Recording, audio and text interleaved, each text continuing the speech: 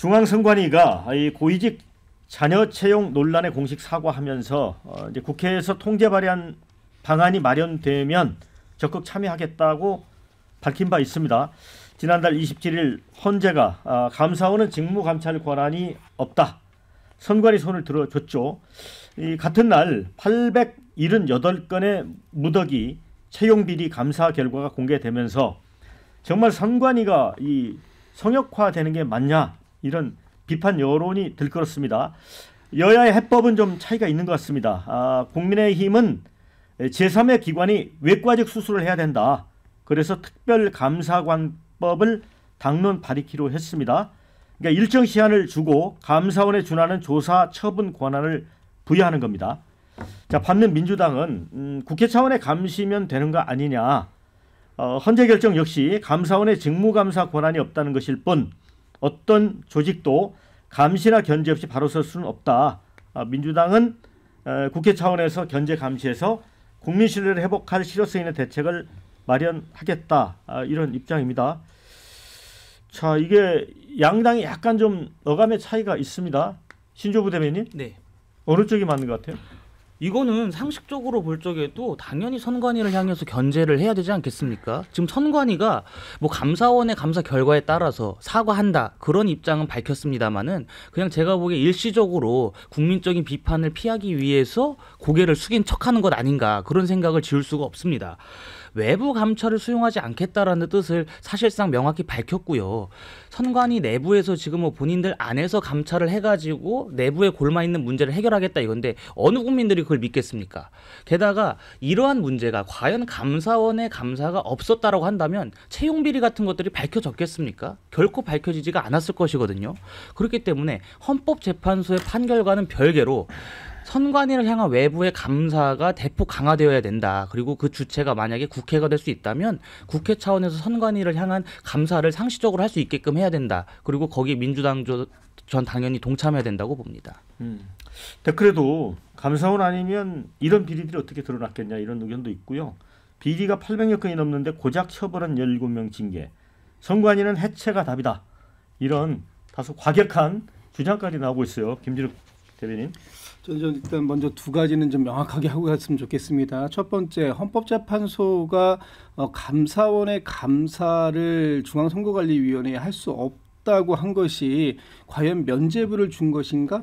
또는 이 중앙선거관리위원회를 성역화한 것인가? 저는 그 부분에 동의하지 않습니다. 단지 헌법재판소는 헌법적 해석을 했을 뿐이고 그에 대한 처벌이라든가 이런 부분들은 별개의 것이다. 그렇기 때문에 마치 이 부분이 헌법재판소가 중앙선거관리위원회를 옹호하기 위해서 감싸주기 위해서 판단을 내린 것이다라는 비판은 맞지 않다라는 말씀을 먼저 하나 드리고 민주당이 그러면서 중앙선거관리위원회를 지금 보호하려고 하는 거냐 감싸는 거냐 이런 비판도 있으신데 저희 민주당은 이 중앙선거관리위원회의 현대판 음서제도를 용인할 생각 추호도 없습니다. 어떤 잘못이 있다면 특히 부정채용과 관련된 부분이 있다면 이것은 뿌리를 뽑아야 된다라는 데 전적으로 동의를 한다 이런 말씀을 드리는데 다만 우리가 빈대 잡자고 초과 삼간을 태울 수는 없는 것 아니겠습니까? 지금 중앙선거관리위원회의 어떤 부정부패 뭐 이런 부분들이 있다고 해서 선거를 공명정대하게 관리해야 할 업무를 하지 말자. 그 업무를 해야 하는 중앙선거관리위원회를 해체시켜야 된다. 이 부분에는 동의할 수 없는 거예요. 그렇기 때문에 국회 차원에서 이 중앙선거관리위원회가 투명하게 감시, 견제받을 수 있는 그런 그 제도를 만들어내자라고 하는데 전적으로 동의하고 이번에는 중앙선거관리위원회가 소나기만 피하는 듯한 그런 방식의 어떤 문제 접근 이거는 절대 저희도 받아들일 수 없다라는 부분은 명확히 해둔다 이런 말씀도 드리고 싶습니다. 네, 이준 대변인. 근데 이제 국민의힘은 뭐 구체적으로 선관위 사무총장도 이제 국회 인사청문회를 하자, 법관의 선관위원장 겸임 금지를 하자, 시도 선관위에 대한 행안위 국정감사를 하자 등등을 내놓습니다. 그런데 글쎄 여기도 근데 약간 좀 법관의 선관위원장 겸임 금지를 하면 누가 대신 해야 되는지 이것도 약간 근데 이게 퀘스천밖에 없고요. 근데 굉장히 중요한 부분이 뭐냐면 이제 판사가 선관위 중앙선관위는 대법관, 그다음에 뭐 광역시도 선관위위원장은 이제 지방법원장, 그 밑에는 이제 부장판사가 하고 있거든요. 선관위위원장 겸임하고 있으니까는 이분들이 본업이 재판이기 때문에요. 선거 사무에 대해서는 사실 별로 관여를 하지 않습니다. 형식상 자리를 유지하고 있는 상황이 되다 보니까 어떻게 되느냐, 선관위 사무처에 포획이 돼가지고요. 실질적으로 본인이 그를 지휘하거나 감시하거나 관리하거나 이런 역할이 전혀 없어요. 한 달에 한 번 20분 정도 모여서 회의를 하고 밥 먹으러 가면 그만 끝입니다. 그러다 보니까 선관위가 어떻게 되냐면 판사들의 우산에 둘러싸여 가지고 보호받고 있는 그런 상태가 돼버리는 거예요. 그 선거 소송 있지 않습니까? 그러면 수사기관 영장 발부하면 영장을 신청하는데 영장 전담 판사가 발부를 안 해주는 거예요. 왜냐하면 선관위 위원장들이 전부 다 동료, 선배, 후배니까 서로 얼굴 마주치는데 어떻게 곤란한 상황을 만들 수 있겠습니까? 그러다 보니까 제대로 선거 소송 관련된 것들이나 수사가 진행이 안 되면서 이렇게 10년 동안 800명이 넘는 채용 비리가 발생할 수 있었다 말씀드리고요. 지금 조민 사건 같은 경우는요. 왜 조민 사건이 입학 취소가 됐습니까?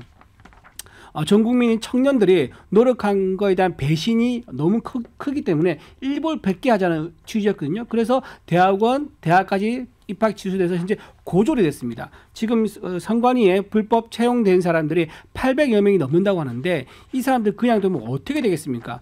경쟁률이요. 작년에만 해도 9급 선관위 직원들 경쟁률이 878대 1이었습니다. 10년 동안 다 합하면요. 거기 응시하려고 준비한 사람이 수십만 명이나 되는 거예요. 수십만 명이 되는 수험생과 청년들이 노력이 전부 다 허사였다. 800명 이미 정해져 있었다. 이런 충격에 지금 젊은 청년들이 들고 일어나는 거예요. 그래서 광장에 나오고 헌재를 비판하고 선관위를 비판하고 있다라고 말씀을 드린 거고, 이거는 바로 응급수술 들어가야 됩니다. MRI 한번 찍고 응급수술 바로 해야 될 중요한 사안이고, 마지막 딱 하나 말씀드리면 선관위가 이거를 답변까지 국회에 허위로 제출했습니다.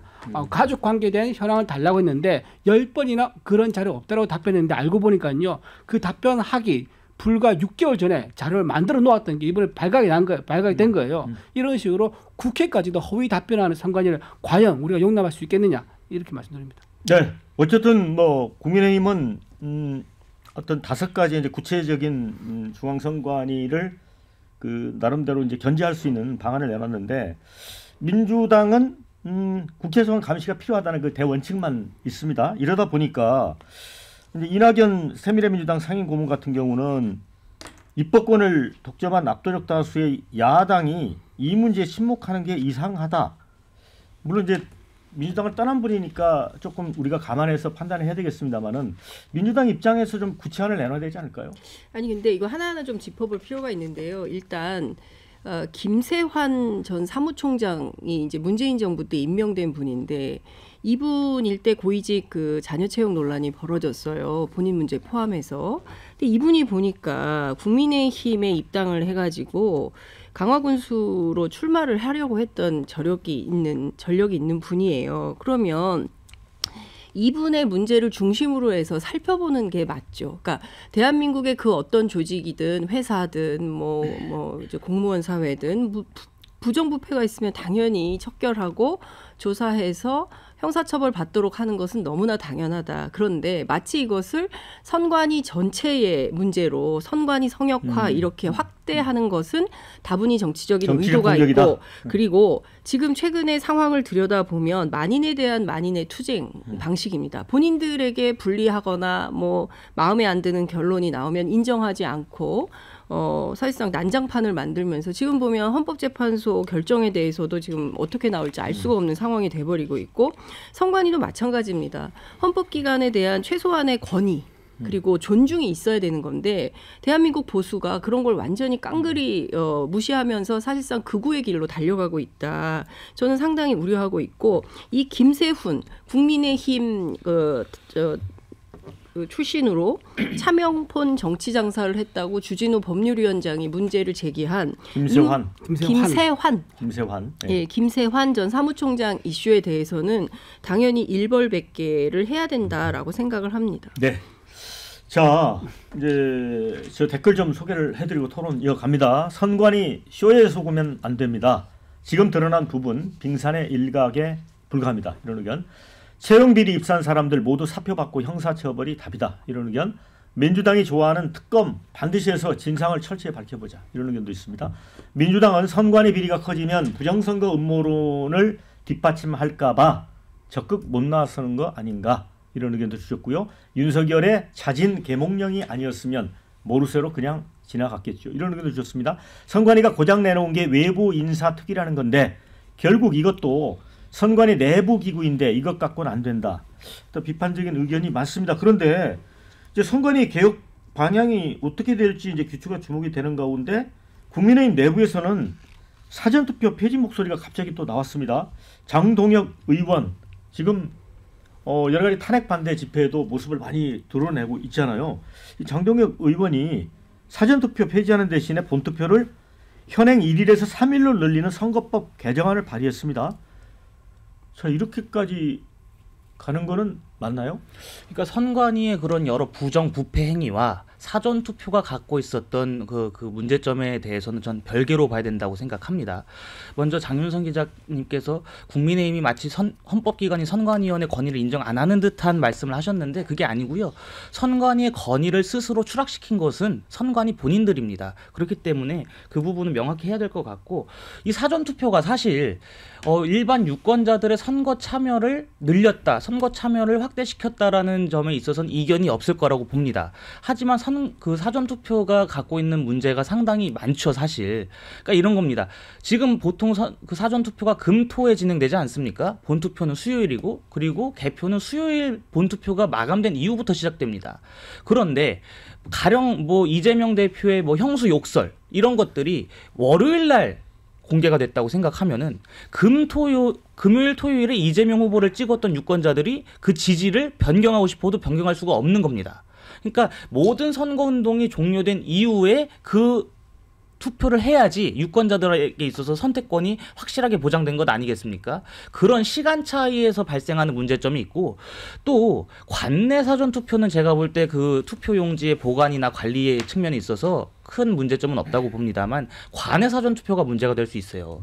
작년에 미국 대선에서도 보면 사전 우편 투표함에 불이 나가지고 그 투표용지가 전체 소각이 된 적이 있습니다. 그러니까 서울에 사는 유권자들이 부산에서 사전 투표를 하게 되면 부산에서 서울로 투표용지를 옮겨야 되지 않겠습니까? 물론 그 옮기는 것에 있어서 경찰이나 이런 협조를 받는다고 하지만 혹시 모르는 천재지변, 사고가 존재할 수 있습니다. 그러면 서울 지역의 유권자들의 표가 유실될 수가 있어요. 그러니까 관내 사전 투표의 문제점, 그리고 시간 차이에서 발생하는 유권자들의 선택권 침해 이런 것들이 있기 때문에 이럴 바엔 차라리 본 투표를 3일로 늘리면 되는 것 아니겠느냐 이런 차원이라고 봅니다. 그리고 그게 제가 보기에도 온당한 것 같습니다. 신조부대 위원장이 또 갑자기 형수 욕설을 꺼내니까 여기서 그게 왜 나오냐 이렇게 의견을 주신 분이 있습니다. 그런데 이제 사전투표 제도라는 게 이제 여야가 합의해서 추진을 한 거고 아마 본투표를 할 수 없게 되는 어찌 보면 사회적으로 상당히 약한 고리에 있는 분들도 있다고 보거든요. 아니 근데 네. 저는 이런 거예요. 네. 지난 대선에서 윤석열 대통령도 사전투표했고요. 한동훈 대표도 마찬가지입니다. 그리고 많은 정치인들이 투표 참여를 독려하는 캠페인을 할 때 사전투표부터 시작을 합니다. 그 이유가 뭐냐면 생업에 바빠서 그리고 실제로 일하느라 휴일에도 일하시느라 투표에 참여할 수 없는 유권자들을 위해서 그 시간이라도 시간을 내어서 투표할 수 있도록 공간을 연 겁니다. 이것은 대한민국의 민주주의 제도의 발전이고 그리고 이런 좋은 민주주의의 제도는 시켜서 나가는 것이 맞지 기존에 있는 발전된 제도마저도 퇴행시키려고 한다면 이것은 그 도대체 민주주의자들이 맞는 건지 저는 그 자체도 의심스럽습니다. 그러니까 무슨 얘기냐면 투표 참여율을 떨어뜨리자고 선동하는 거 아닙니까? 그러지 않고서요 어떻게 이제 와서 사전투표를 폐지하자 이런 주장을 하고 이런 겁니다. 정치 불안을 스스로 조성을 하고 있어요. 대한민국은 정치 발전이 상당히 성숙된 민주국가이고 선진국가예요. 그렇기 때문에 자신이 투표하고자 하는 후보자에 대해서는 수많은 정책 검증, 언론, 미디어 이런 것들을 통해서 확인을 하고 내가 이 사람을 이번에는 정책이 이런 게 좋기 때문에 정책과 후보를 보고 유권자들이 판단해서 투표장으로 가는 겁니다. 다만 며칠을 땡기는 건데 그 사이에 갑자기 무슨 일이 벌어져가지고 그 사람을 지지 철회를 해야겠다라고 생각하는 소수의 인원들이 있을 수 있어요. 그러나 그걸 빌미 삼아서 기존의 발전된 형태의 사전투표제를 없앤다?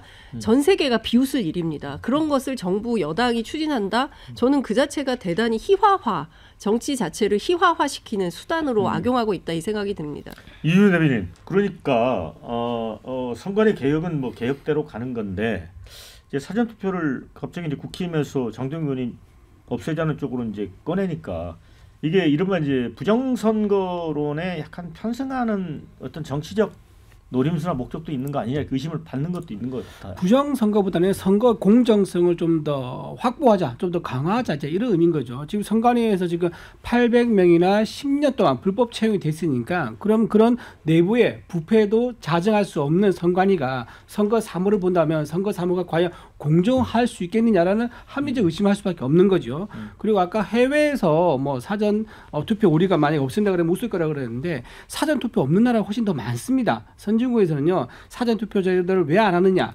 사전 투표 제도를 하게 되면은 공정한 관리 여기에 대한 불안감이 있는 거예요. 전산 시스템도 마찬가지예요. 프랑스에도 전산 시스템을 도입하려고 그러니까 여기에 대해 해킹이나 조작 가능성이 있다는 정보기관들의 어떤 그 보고가 나왔기 때문에 그걸 철회를 합니다. 이런 식으로 해서 대만 같은 경우는요. 또 심지어는 아예 투표함을 옮기지 않습니다. 그 자리에서 종료하고 바로 개봉을 하거든요. 네. 그런 식으로 사전투표 제도가 원래는 투표 동료라는 그런 목적이 네. 있었지만 투표 공정성이라는 더 큰 가치에 어떤 위험을 주거나 흔들 수 있다 그러면 이거는 투표 공정성을 네. 더 강화하는 방향으로 가야 되지 않나 생각합니다. 예, 찬반 의견이 있습니다. 사전투표 폐지는 참여권 침해하는 거다. 또 투표율 떨어뜨리려고 작정했냐, 이런 비판 의견이 있고요. 사전투표 동의할 때는 언제고 이제 와서 폐지 어이가 없다, 이런 의견이 있습니다. 반면에 사전투표 있어도 없어도 된다고 생각하는데 그럼 투표를 하루만 하자, 이런 의견도 주셨고, 국힘은 그냥 투표율 떨어뜨리면 자기한테 유리해서 저런다고 본다, 이런 의견. 사전투표 왜 이렇게 말썽이 많나, 폐지해보고 문제 없으면 부정선거가 가짜라는 거 아닌가, 이런 의견도 있습니다. 사전투표 폐지하고 수개표해야 하고 투표함도 투명한 걸로 바꿔야 합니다, 이런 의견. 자, 김준일 대변인 어떻게 보세요? 저는 좀 명확하게 좀 우리 구분 좀 해서 좀 봤으면 좋겠습니다. 사전 투표하고 과연 선관위의 채용 부정이 어떤 연관성이 있습니까? 이게 정말로 연관성이 있다고 믿어서 이거 하자고 하시는 거예요? 이게 이걸 통해 가지고 사전 투표라는 걸 자꾸 강조해 가지고 결국은 부정선거 음모론에 뭔가 불씨를 붙여보고 싶으신 거 아닙니까? 그런 속내가 분명히 있는데 그게 아니다. 무조건 이 선거의 공정성을 확보하는 차원이다. 이렇게 얘기하면 국민들이 믿기가 상당히 어렵다, 이런 말씀 좀 드리고 싶고, 지금 사전투표가 2014년도에 도입이 돼서 지금 10년 됐습니다. 그 지난 10년 동안 오히려 각 정당이 사전투표를 통해서 투표율을 더 높이려는 노력들을 그동안 양당이 공이 다 이렇게 해온 이 시점에 갑자기 사전투표가 무슨 이 공정성을 해치는 가장 큰 원흉이기 때문에 이걸 없애야 된다, 이렇게 얘기한다면 그에 합당한 근거를 가지고 말씀하시는 것이 좋겠다, 이런 네. 말씀 드립니다. 자, 댓글 소개해드리고 다음 주제로 넘어갈게요. 말도 많고 탈도 많은 사전투표 시스템 전면적으로 바꿔야 된다, 이런 의견 주셨고요. 반면에 국힘 주장대로 본투표 3일에도 어차피 같은 결과 나올 거다, 또 이런 의견도 있습니다. 여야정 딱 하나만, 협의회가 1초만 제가 1초만 1초만 지났는데 3초만. 예. 아니 이게 재외 국민들 생각해 주셔야 됩니다. 네.